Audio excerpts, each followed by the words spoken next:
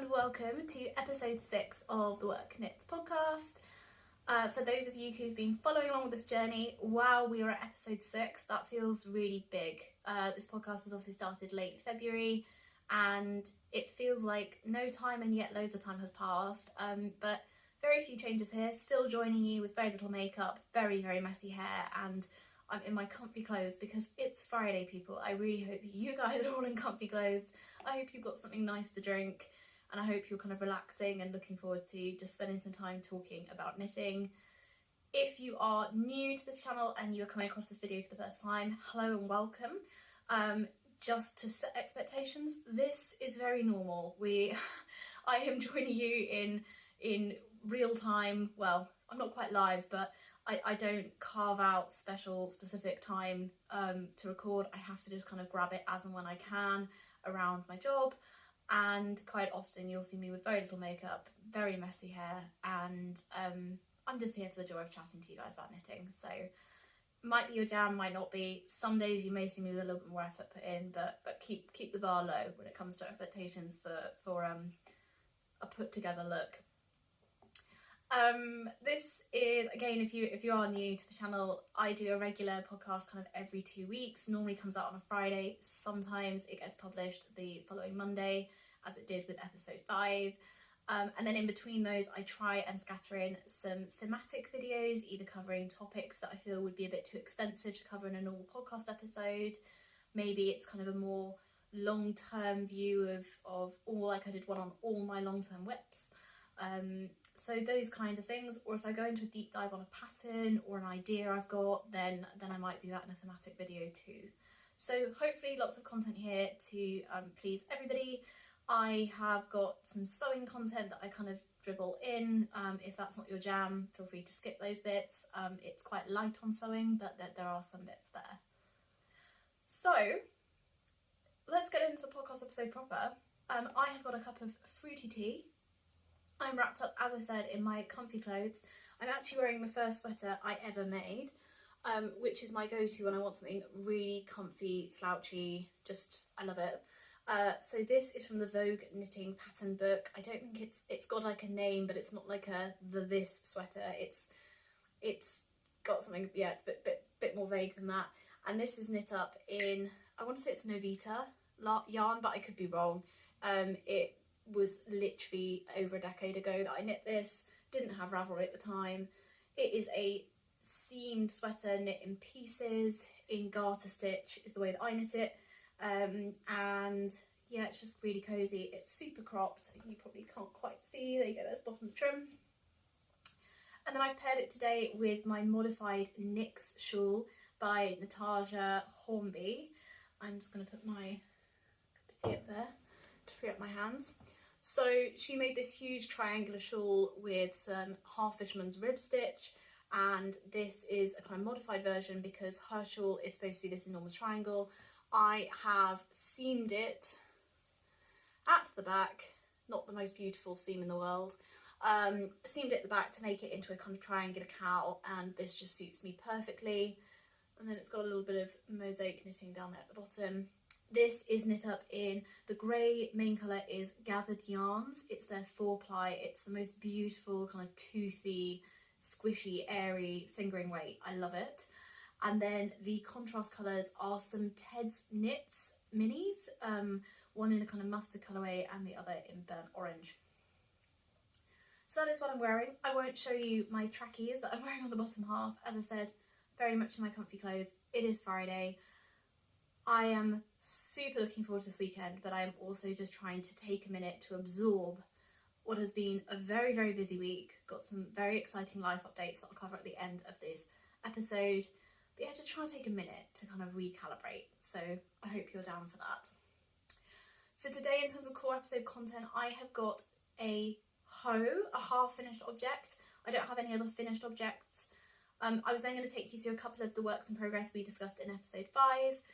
And then also kind of bring in some whips that you will have seen me knitting on kind of, I'd say over all the episodes really since January. I just kind of wanted to give you an update on where I'm at with them all and why I am or I'm not working on some of them, and hopefully give myself a bit of a boost to pick them back up, get them knit kind of in this springtime. So I hope that vibes with you. I've got 1 or 2 very, very small sewing updates, probably about 5 minutes worth, and maybe we'll touch on some future knitting plans. Other than that, I do have a giveaway running right now, which, if you'd like more information, can I encourage you to go and see the video that I published earlier this week. It's titled like Giveaway, Yarn Festival and the Yarn Directory, I think is the title. Please go and check that out. I explain what's going on with the giveaway, but essentially for anyone who already has the background on it but is wondering what's going on. So I had originally given an interim deadline, said, oh, I'll pull a winner on the 20th if we reach 500 subscribers. We've made huge progress, but we haven't quite got there, but I'm going to continue to run the giveaway. So continue commenting on the videos, click subscribe, add a comment. You can have as many comments as you like. Each of them count as an entry. From the video when I first launched the giveaway, any video, including that one, onwards, until I draw the winner will count. So keep entering if that's of interest. Final piece of high-level detail I'll give you is that for this giveaway, I will contact the winner and chat to them about their colour palette, their preferences, so that I can make sure that the parcel and the package that I'm building is tailored to their likes and dislikes. That's all I'm going to say on that. This has been a very long intro. Thank you for bearing with me. Right, let's get into podcast episode proper. So, finished objects. So this feels like this has been on my needles forever, and I really wish I'd like done the cast on for the second sock already, just because it kind of gets you over that like second sock syndrome hump. But with the ends definitely not woven in, I have finished my first time to decompress sock for my other half. So if you are new to this channel or have skipped a couple of videos, I released a sock pattern called Time to Decompress. The idea of this sock pattern is it's kind of got like a colour work pattern that looks very intricate but actually is quite enjoyable and potato chippy to knit. And so hopefully the socks, I kind of visualise people wearing them when they're kind of, well, a bit like me today, having a kind of recalibrating moment, decompressing from the adrenaline stress from life. I'm picturing, you know, baking in the kitchen or curled up on the sofa with a book and a cup of tea, or, you know, for my other half, he's not an avid gamer, but he will treat himself to a kind of hour or two of gaming every now and again to decompress. So that's kind of what I'm figuring, and hopefully the act of knitting these is also kind of a de-stressor for you. So yeah, I've got a stitch marker on hold up here just because I was doing 3 needle bind off on the train and I got jolted by accident and I dropped a stitch, so I just need to kind of weave that in. But yes, first sock done. As I said, these are for my other half. I've knit a pair before, of course, when I designed the pattern, but this is my first time knitting them on a 72 stitch circumference. I'm knitting them in a crazy Zaba ball yarn, their sock base, which is kind of barber poled and colour changing. Very affordable alternative to the wonderful spin cycle yarns. And then the white contrast colour is a Holst yarn sock skein.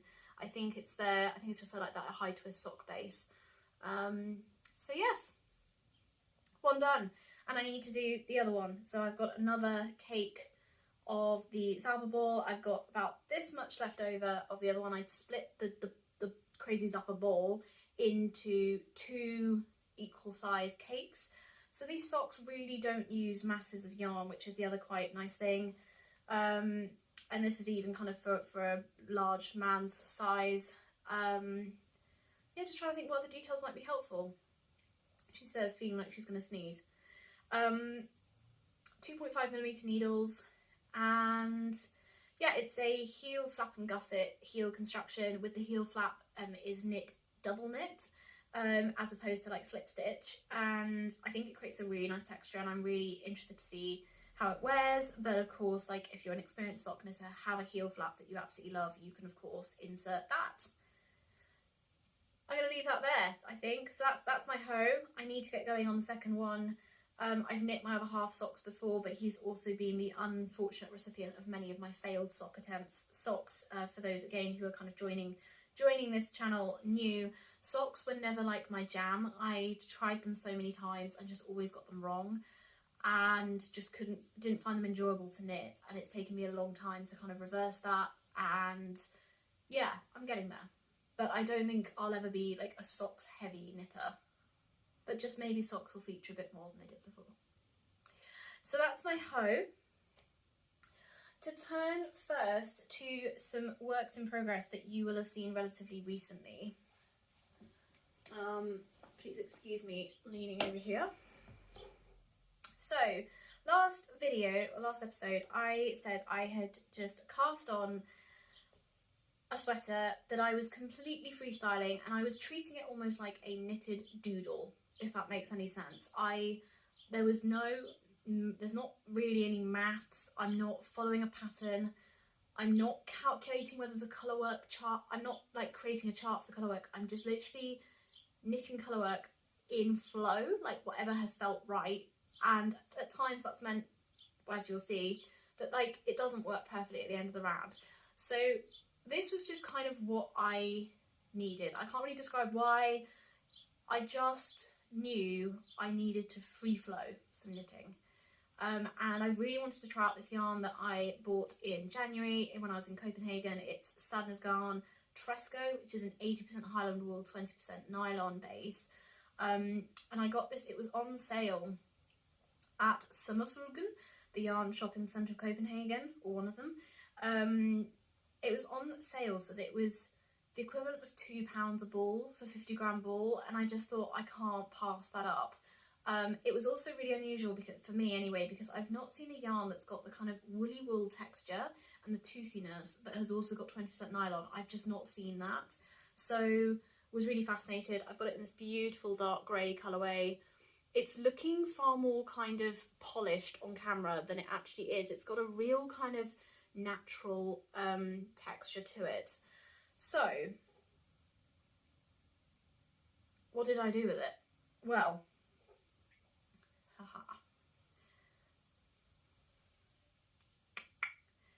okay, there's ends galore. You've got waste yarn involved because I ran out of my barber cords. This is where we're up to. As you can see, I've knit more on one side than the other, and I'm going to go into some detail on the construction of this actually, because I think it's quite interesting. So this has not been blocked yet, obviously, and it's quite bunched up on the needles, so it's going to look like it doesn't fit. And to be fair, I don't actually even know how the increases that I've done in the yoke will fit on me. That's an experiment. But let me talk through what I've done. So the yarn for the colourwork is Rico Designs Luxury Alpaca Sock. It's got this beautiful halo. It's kind of like the best parts of a sock yarn and a Suri alpaca fluffy yarn. That's kind of the vibe. And I haven't got a kind of grey on grey colourwork jumper. So what did I do? I cast on really quite a wide neckline, as you can see. I've bounded off currently, but I'm just going to see how it looks when I get this onto waste yarn to actually like try it on. And if this is standing a bit funny, what I'm going to do is pick the stitches back up, undo the cast on, pick the stitches back up, and then I will knit it double height and then fold it inwards and make it a folded collar, because I really want something that's not tight around my neck. I want there to be a bit of room around my neck. What I then did was freestyled, as I said, a colourwork yoke, and I'm going to estimate I freestyled maybe 6 to 7 inches of colourwork yoke.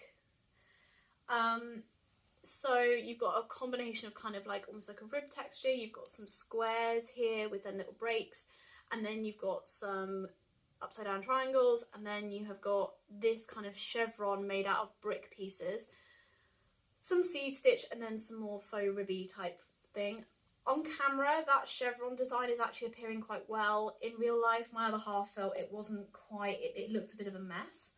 So what I am playing with is the idea of going back in. I've got some Le Gros silk mohair from Biche & Bouche in their black colour, like base. and I'm thinking of going in and embroidering onto my yoke in the black, and I think that could look really stunning. So I might play with that. You never know, that might not work, but it's an experiment, it's enjoyable, it's doodling, so let's just see. So yeah, I knit about 6 to 7 inches of colourwork yoke. What I then did was knit 3 to 4 rows. So I then, how best to explain this? So I kept my beginning of round marker, but I made it the back, the centre back.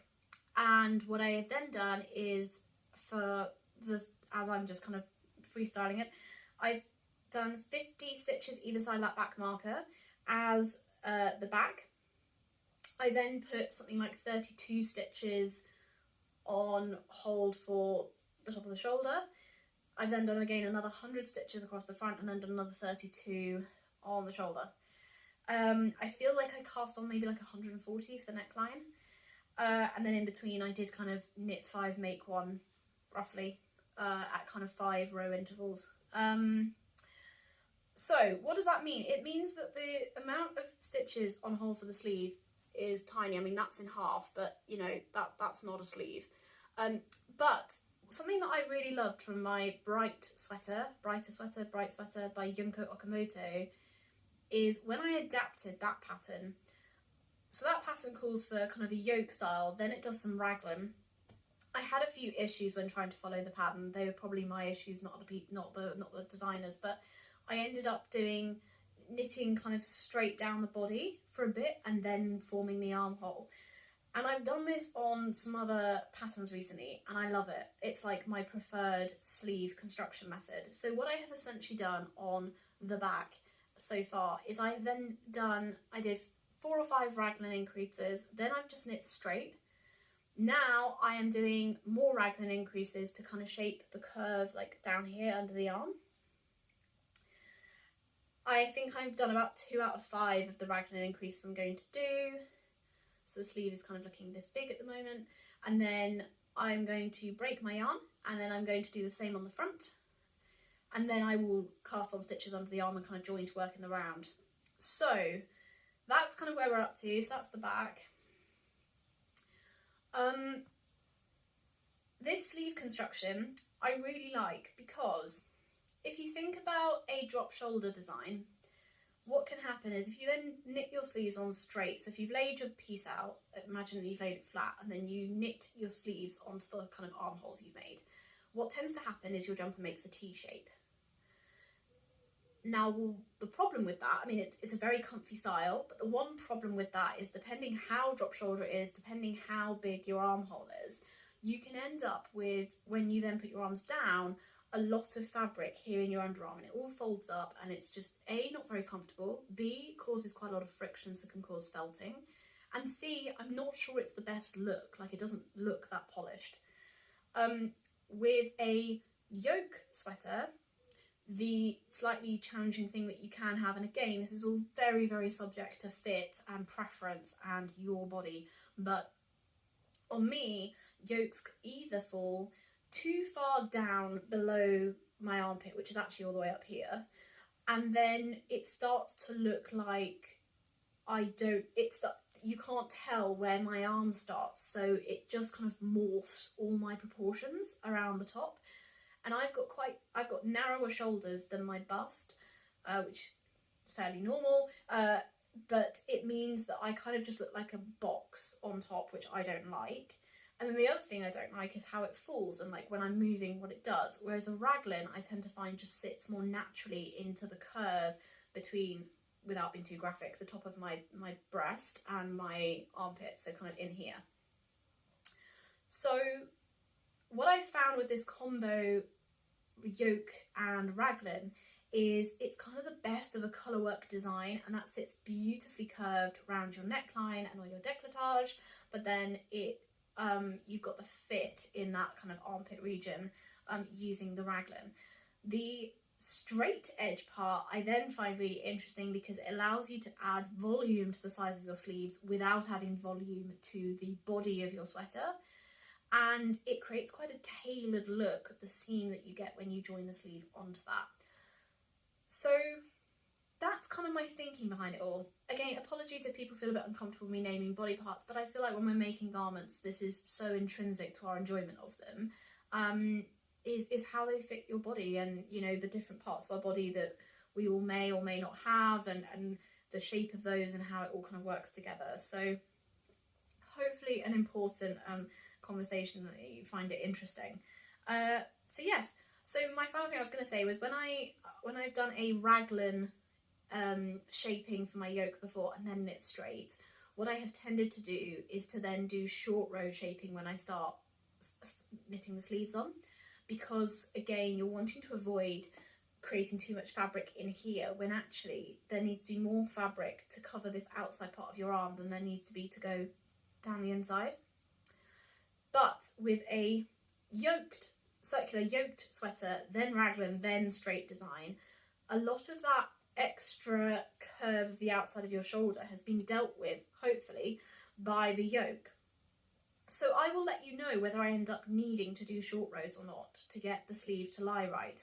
But what I'm essentially aiming for is that when I lay my sweater flat on the ground, that the sleeves come out kind of at a 45-degree angle from the body of the sweater, and that when it's laid flat like that, there is no bunching underneath the arms. That's my aim. So that's kind of where I'm up to. The final bit I'll touch on is, as I said, because I'm like doodling this, as you might be able to see, there is a bit of a gap here that's a bit bigger than it is in the rest of the placement of those chevrons. So something that I think could be quite fun, and it's partially making my doodle work, it's partially something that I've also been considering doing in sweaters quite a lot, is I'm thinking about getting some bias binding tape and sewing that onto my sweater down the centre back from just under the neck ribbing to just above the hem ribbing. I've wanted to do this on a plain sweater for ages in like a contrast, so just as an example, like a navy sweater with like a hot pink or a neon yellow piece of bias going down the back. I just think it's this like blend of different fibres and materials, and I just think it could look really cool and really graphic. But I haven't done it before, so we'll see. It will have challenges, I think, when it comes to washing the garment, because if I get the temperatures wrong, the wool and the cotton will react differently. But yeah, I'm going to be excited to see how that looks, and I think this could end up being kind of almost like a kind of piece of art rather than just a sweater, so I'm very excited. So anyway, that was a very long ramble about this, but do let me know your thoughts. Have you got any experience doing compounded construction methods, aka kind of blending construction methods together? Any thoughts, any tips? Any guesses as to how well this is or isn't going to fit? Because I don't know, I'm just freestyling it, and as I say, I'm holding the yoke up to me. It looks a tiny bit small / looks like it might sit funny. Then again, I think this is going to kind of relax out blocking, so who knows. So anyway, there's been huge progress on that. When I last showed it, it was kind of just this much, so I've done all of that yoke and a big portion of the back since we last spoke.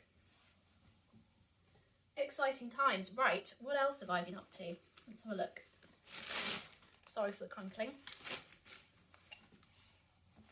Okay, the other thing I showed you, the other whip I showed you in the last episode, was one that I had basically knit entirely between 2 episodes. So I bought the yarn and then you were seeing it in a reasonably completed whip form, actually, already by the last podcast episode. I haven't made any further progress on this. It's looking very crumpled, having been wrapped up in a project bag, and it is on my barber cords. Go back to episode 5 if you want to hear a bit more on those. I will hopefully at some point do a video entirely on like knitting notions and tools. Oh dear, baby started crying again. Pop it. Here she comes. Let's see if she gets comfy. Oh, she's found the blanket I've laid out for her. Hopefully that's exciting and comfy for her. Yeah. Sorry about that little aside. So where have I finished on this? Well, this is just another kind of semi-freestyled, semi-following a pattern top. This is following the Pieces of Silver sweater by Vera Valimaki for just the top half, and then again I've done some of this like knitting straight, raglan creases, and then joining to knit in the round again. these sleeves are finished off using a single crochet stitch just through the back leg on 3mm needles using the same yarn, but I really like the finish of that. It creates this beautiful cap sleeve. And essentially the reason I haven't done any more work on it is I think I am going to need more yarn, and I just haven't got around to ordering it yet. So I didn't think it was worth putting it back on needles when I would then knit only, I mean I've only got that much left, so I'd only be knitting that much and then would have to stop anyway. So that's that one, but I think I will order that yarn hopefully this weekend and then should be back onto that very, very soon. Okay, before I go any further, I really need a sip of my tea because I've been talking a lot.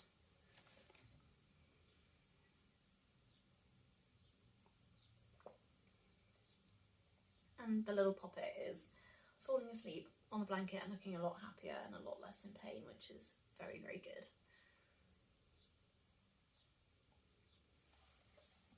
Okay. I'm sorry if I keep touching my nose. I've kind of got like the start of a cold, but I've just got water coming out of my nose, which is just a bit gross. I'm sorry. But yes, that's why I'm tapping at my nose. Right, those bits I will talk about in a moment.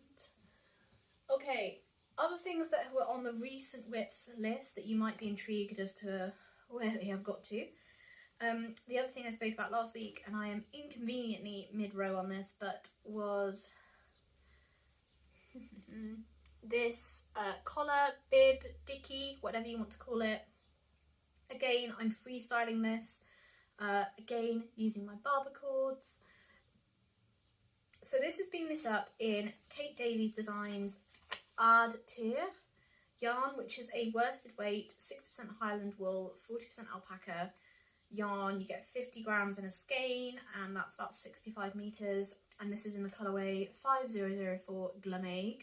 It's this beautiful like russet brown burgundy colour, and then it's got these like halo fibres which are in like a gold, which I know sounds really weird, but it's beautiful.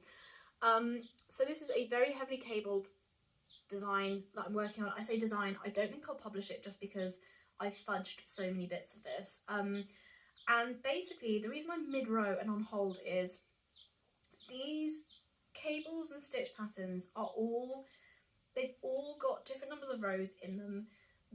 They've all got cabling rows on different rows, if that makes any sense.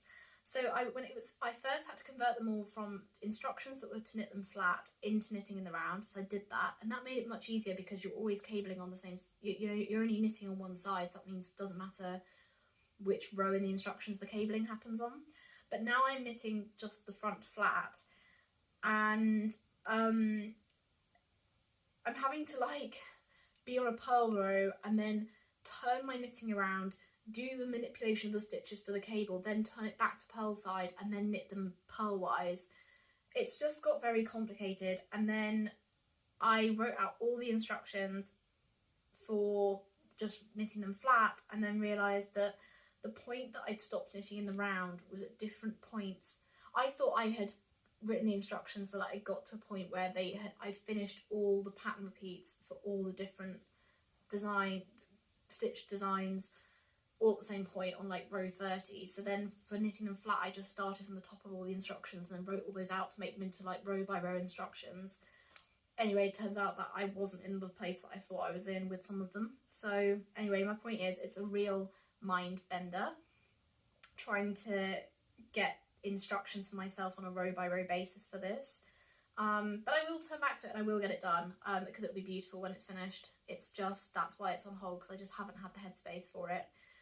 In terms of those of you who weren't around when I first cast this on as to like what the vision is, so yeah, I want to make like a collar dicky style thing. I want quite a big rolled neckline, and then I've basically used the initial stitch counts for the contrast sweater by Petite Knit. So I've done like a saddle shoulder construction, and then I'm going to do a I-cord bind off around all along the side edges once done. So yes, very excited. I think I'm on ball 2 of 4 for this, so hopefully got the kind of the perfect amount of yarn for this project. But that's where that one's up to. Oh, and I've got an extra pair of needles in here, how exciting. Okay, that's that project. I'm going to go through some more projects but quite quickly because essentially there's been no progress on them, but I have shown them in videos, so I just want you to kind of know that I haven't forgotten and give a quick update as to where I was last at and what I need to do on them. So, okay, a project I was really excited about at the beginning of this year and then I lost momentum on purely because it just wasn't quite going the way that I wanted it to, was my apples pattern idea. So I finished the hat very quickly. I did this in like under a week. But as you can see, this is post-blocking. It's just the way I've caught my floats just hasn't worked and it's looking really wrinkled. But I love the motif. So this is knit in Pixie Yarns. The great, beautiful grey colour is called Mizzle in their sock base. Then the beautiful red colour, which, oh my gosh, the depth of colour is just stunning. This red colour is called Sunshine. Try and nestle that yarn tag back in there, ball band. And then I think this one's called something like Someone. Yeah, this beautiful green, it's got some blues, it's got real depth. It's just, again, stunning. So I love the yarns. I then knit a cow, and I knit the whole cow, did folded hems on them and stuff, knit the whole cow, and then I'm duplicate stitching the design on, seeing if that works better. And it does, it's just incredibly slow.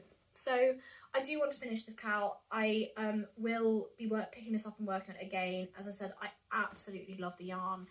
The idea initially was to release a design in homage to Somerset, which is where I'm based in the UK. But I think in actuality, what I'll end up doing is doing like a little freebie release of just the colour, the chart for the motif, because apples are quite hard to produce. So I'll just give everyone the chart. They can apply it then if they want to in duplicate stitch to like top of a stock, I really can't talk, top of a sock, maybe like one row on a hat would be gorgeous. Maybe you want to apply it to just like the sleeve on a jumper, who knows, but I think it could be quite a nice motif to have. And I will finish the cow because I will love wearing this come the autumn. I think it's quite like a funky, cute piece particularly if you've got quite an otherwise plain outfit, lots of block colours, having just like a little bit of detail but something a bit fun around your neck could be lovely. So that's where that project's at. I have not forgotten it. I really do love this yarn. I really would encourage you to go and check out Pixie Yarns. Just stunning colour sense. It's beautiful. And yeah, maybe this hat I will keep but gift to, it's quite small is the other thing, so this might go, oh, I love the decreases. It's quite small, but what I am thinking is that I might be able to kind of wash it again, just really steam out hopefully those joining crinkles, and then I might just gift it to a small person in my life, but as a kind of ad hoc gift, not as like a birthday or Christmas or whatever, but just as a kind of ad hoc gift, because I feel like that doesn't need to be perfect if it's just given ad hoc. Thoughts, words, we'll get there. Okay, so that's a project you will have seen in the first few episodes. That's where it's up to. Another one that I said I would take pictures of, and I haven't because I still haven't woven the ends, is the green raglan. This was a long-term whip that I then added some height on the collar and added length on the sleeves. They look really weird on camera, but they do look lovely on. That will be photographed once I have a moment to weave in ends and block the rest of the sleeves. That's where that's at. Okay, another one that people have been asking me about is the Keren wrap design. This was a design I spoke about in episode 3 or episode 4. I basically have designed a pattern that is modular knit with a tiny bit of mosaic knitting. It's really like kind of graphic but simple. It's kind of got this like simplicity with a touch of detail. I will insert a photo here hopefully. I have gifted this to my mum for a significant birthday, and it is inspired by her. I have all the instructions written up, but again, I'll explain in a life update section at the end of this episode, but Life has been very busy and my aim had been to get it out for the middle of April. That has been and gone. I will get the pattern written up. I was also thinking of doing a kind of video tutorial option. So let me know what you think about that, because I think there are loads of hints and tips which are just better described on camera than they are written down. And then people can kind of like pause the video, sort what they're doing, then look back at it, whatever they want to do. So that's what's happening with that pattern. But in the background I was also knitting a cowl version. This is where this is up to. This is also in a different weight of yarn to the main shawl.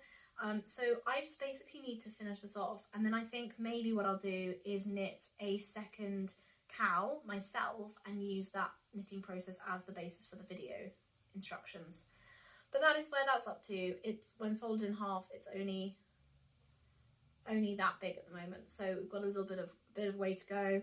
This is knit up in, oh blimey, I think this is Skein Queen Oyster or Limpet is the main colour, the kind of beautiful grey neutral colour. Then it is Lang Yarn's Jowl Sock for the dark blue, and then the hot pink is, I think is it from Fruitful Fusion up in the Peak District? It's hand dyed up in the Peak District from one of my hand dyers up there. It's beautiful hot pink, I love it. So this doesn't quite look square in all the joins, but when it's blocked it does. And yeah, that pattern will be coming. I just need to pick this back up. That's that one. Okay, next one that again I showed on the podcast, and then I took it off needles, I think, to try on, and then I just didn't put it back on the needles again, is a summer top.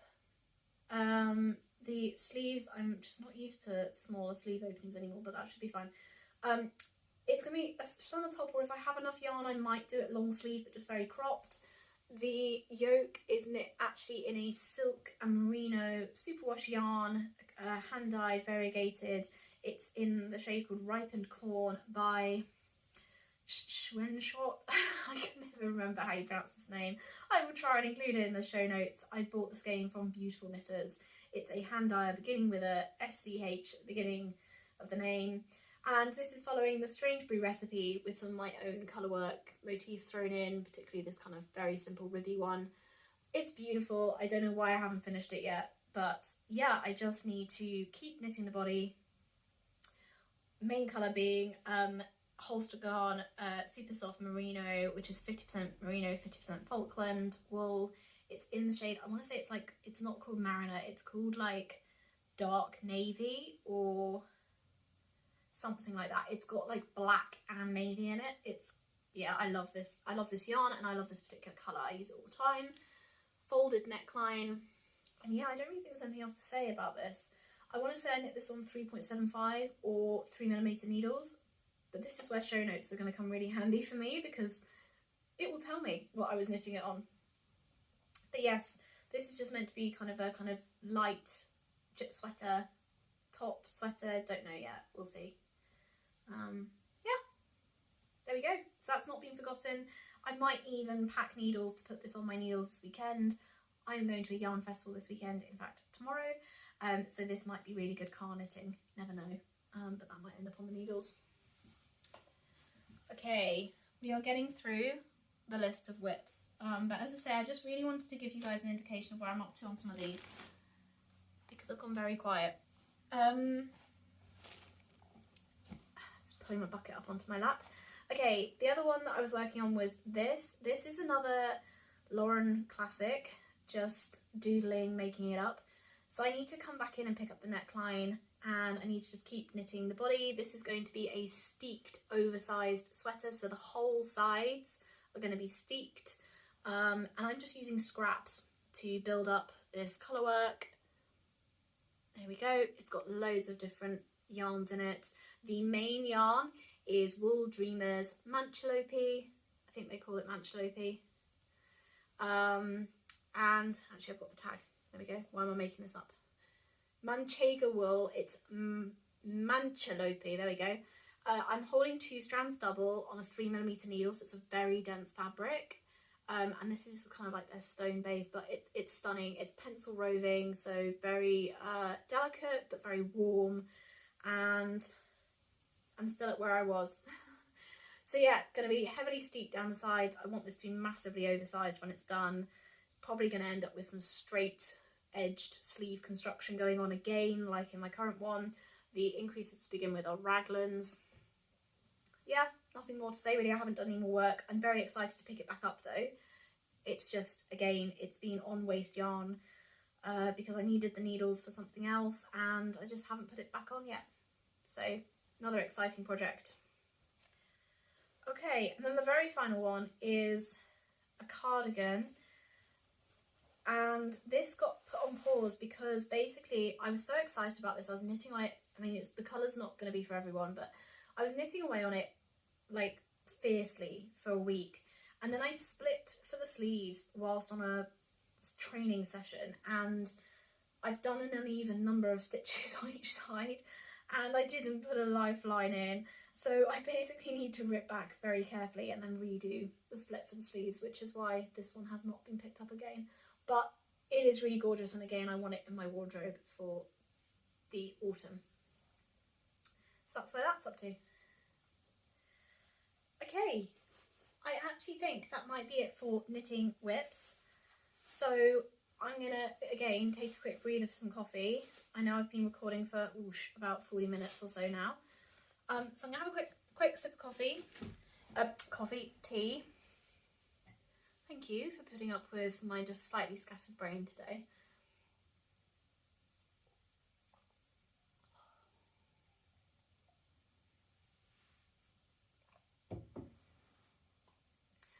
Updates on 2 sewing projects.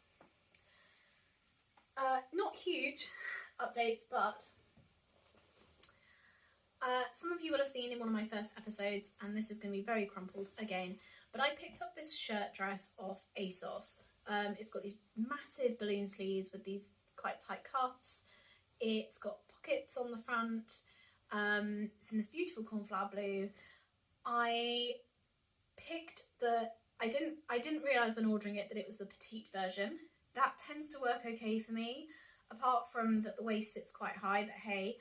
But for this particular dress, it is very short, and that's no problem if that's how you want to wear it.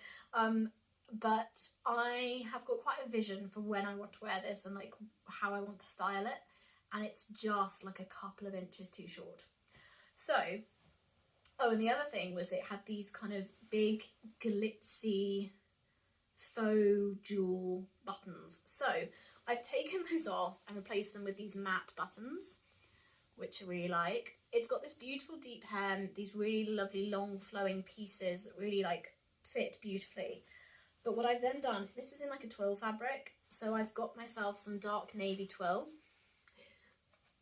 And then I'm going to cheat at extending the skirt, because what I should really do from a technical sewing point of view is map out pattern pieces to match the sections of pattern that go down the body, and then I should sew those together, and then I should sew that onto the dress. And I should also be undoing the current hem that's there.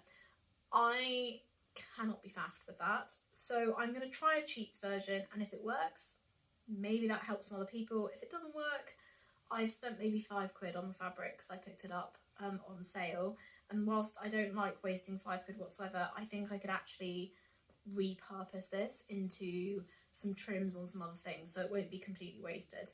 Anyway, what I've actually done is laid the skirt out flat and then basically drew the curve of the edge, double piece, so I've got kind of 2 pieces of twill here, and then what I'm going to do is sew these together inside out, turn them the right way around, and then I'm basically going to sandwich them around the existing hem and then just top stitch. Very lazy, but that's what I'm going to do.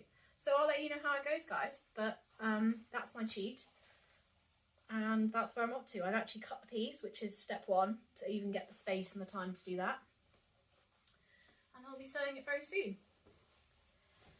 The other bit of progress was just that I was talking about making a blouse out of some nice white fabric I picked up from a charity shop actually.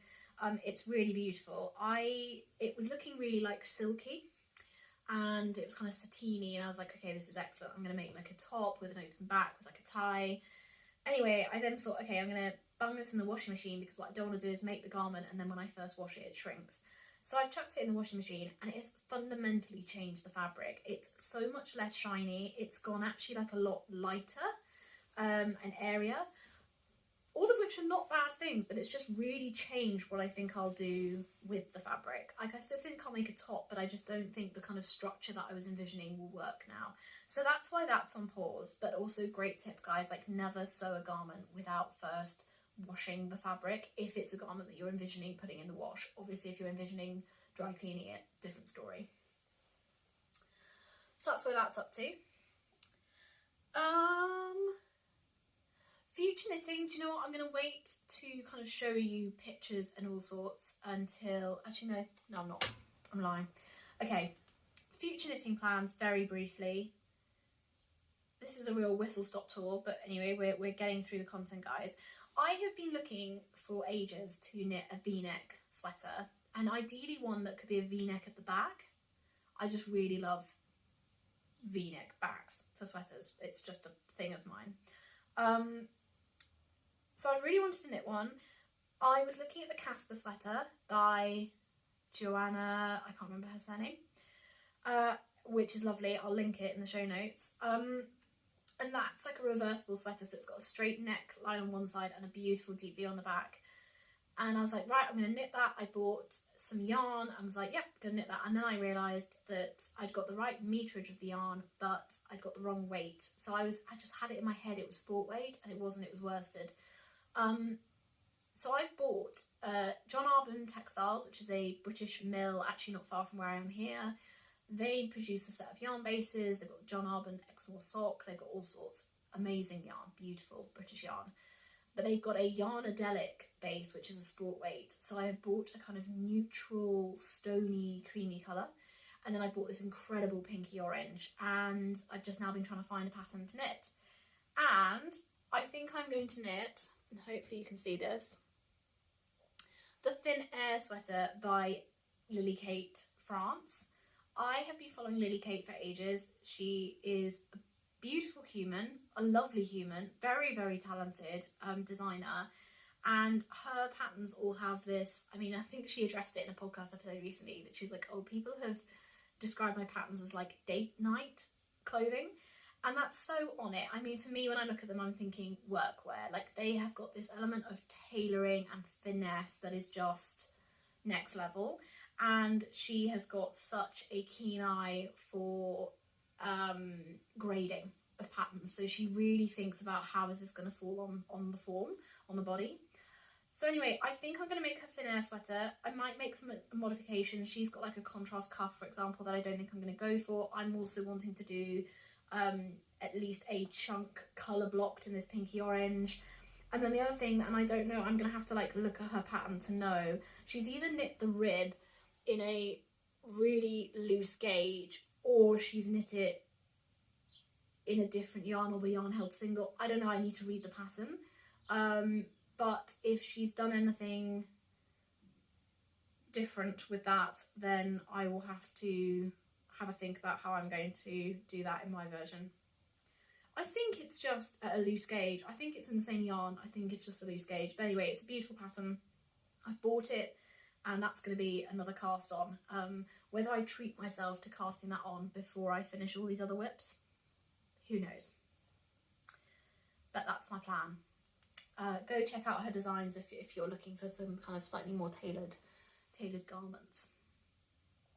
So, where are we up to? I feel like I have just been speaking at like 80 miles an hour for the last 10 minutes. I suddenly really sped up.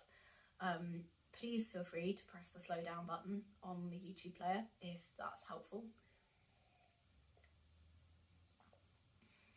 I think it's because I've got work on my mind because I'm kind of squeezing this into a lunch break. So I think kind of subconsciously I'm like, get this finished because I've got to get back to work. Right.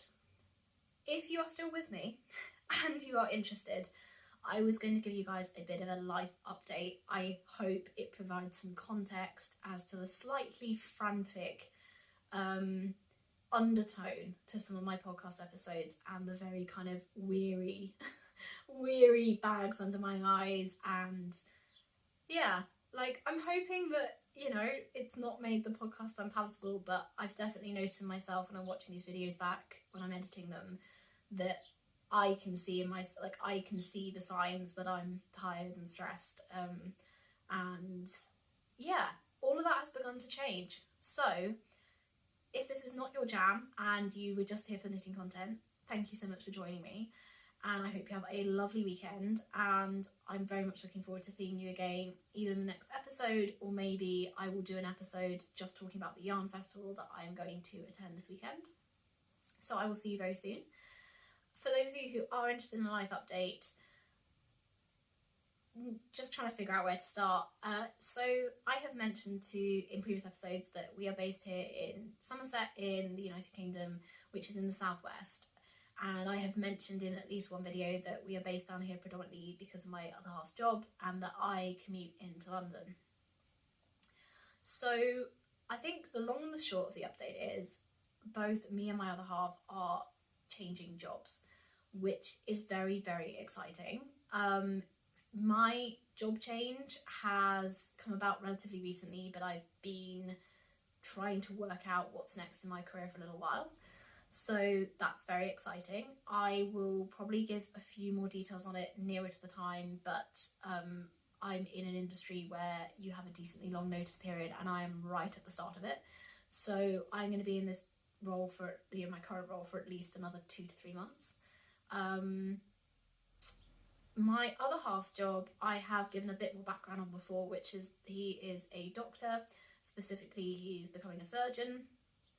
And without boring you to death with all the details of how surgical training works in the UK, suffice it to say that the application process to go through the different tiers of training really reduces the number of doctors. We've got a doctor shortage here in the UK, but yet to get through the stages of training, they're getting thousands of applicants, and then only, I don't know, I can't even put a number on it, like a very small proportion of those doctors will actually get a training post at the next level.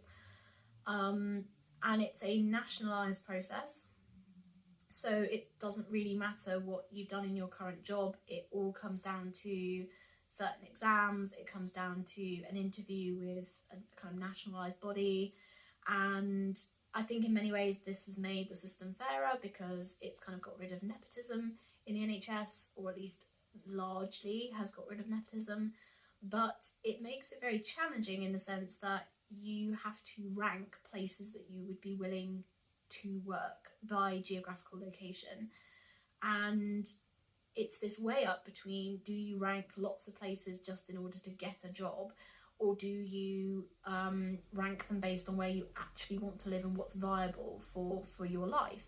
So at the moment we're in the southwest. There was, I think, something like 7 jobs available in what spans 4 counties here in the UK, and God knows how many hospitals. So our options were, do we just say we're going to stick here, or do we put a move on the cards? And we opted to put a move on the cards. The long and the short is my other half's got a job that is now much closer to London, in an area that is ideal for us in terms of family and friends.